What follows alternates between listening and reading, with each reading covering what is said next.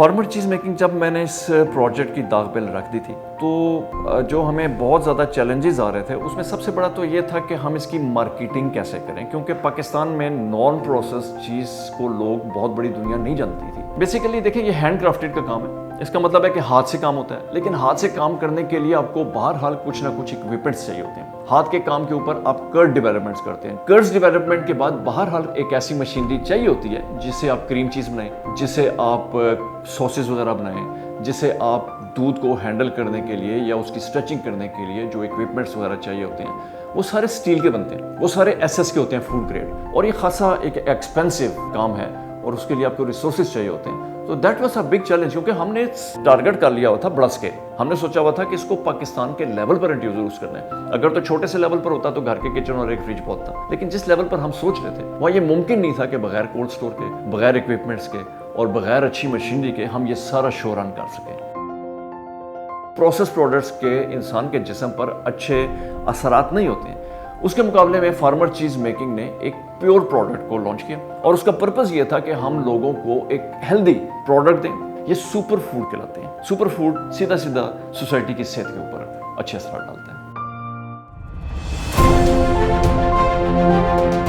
अच्छा, इस दौरान में हमारा USAID के साथ रब्ता हो गया।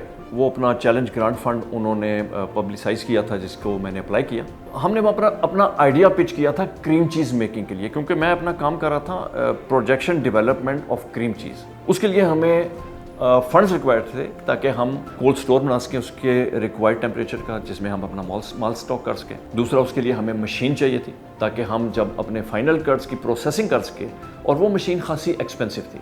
तो ये पूरा एक हमारे पास प्रोजेक्ट था जो हमने USAID के साथ डिस्कस किया, और इस मरहले पर USAID आगे स्टेप फॉरवर्ड हुई है। उसने हमें फंड्स इशू किए इस मामले में, और हमारे लिए वो चीज़ें जो कई साल बाद जाकर होनी थी, हमारे लिए बड़ा इजी हो गया कि हम उसको बड़ी तेज़ी के साथ उसको हम उन मराहिल को अबूर करें। और उसकी वजह से आज अल्हम्दुलिल्लाह पूरे पाकिस्तान में फार्मर चीज़ मेकिंग की जो क्रीम चीज़ है वो मुख्तलिफ शहरों में जा रही है, मुख्तलिफ बेकरीज पर जा रही है, घरों में जा रही है, हाउस होल्ड्स में जा रही है, और हम एक ब्रांड के तौर पर पहचाने जाते हैं।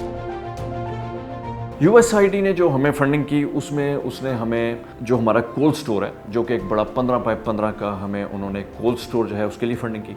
हमें एक USAID ने क्रीम चीज़ कुकर हमें एक हमने ख़रीदना था, उसके लिए हमें फंडिंग की, और उसके साथ हमें 2 वैट्स चाहिए थे जिसमें हम कर्ड्स बनाए। तो ये तीनों चीज़ें जो थी, जो पूरा एक पैकेज टाइप था, उसमें हमें USAID ने हमें हेल्प आउट किया और हमें इसके लिए फंडिंग की।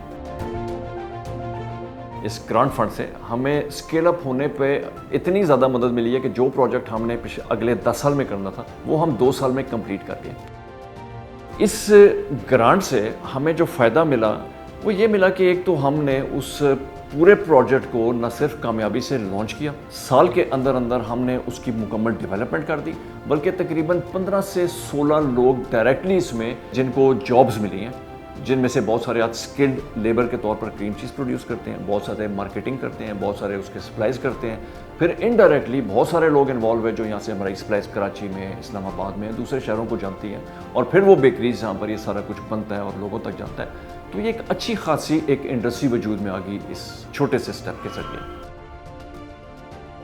अगले 5 साल में हम देख रहे हैं कि हम पाकिस्तान के तकरीबन लीडिंग के अलावा हर बड़े शहर के अंदर और छोटों में भी हम कोशिश करेंगे हम जहाँ जहाँ पर अपनी प्रोडक्ट्स पहुँचा सकें, क्योंकि सिर्फ क्रीम चीज़ नहीं है, हमारे पास 60 वैरायटीज़ हैं, और पाकिस्तान में जितनी चीज़ इंपोर्ट होती थी बिलियन ऑफ डॉलर्स में, फार्मर चीज़ मेकिंग कोशिश कर रही है कि वो इंपोर्ट पाकिस्तान की बंद करके पाकिस्तान का एक तो रेवेन्यू बचाया जाए, जो इंपोर्टेड का वैक्यूम है वो भी फिल कर लें, और उसके अलावा हम एक्सपोर्ट भी कर सकें अपनी प्रोडक्ट्स को।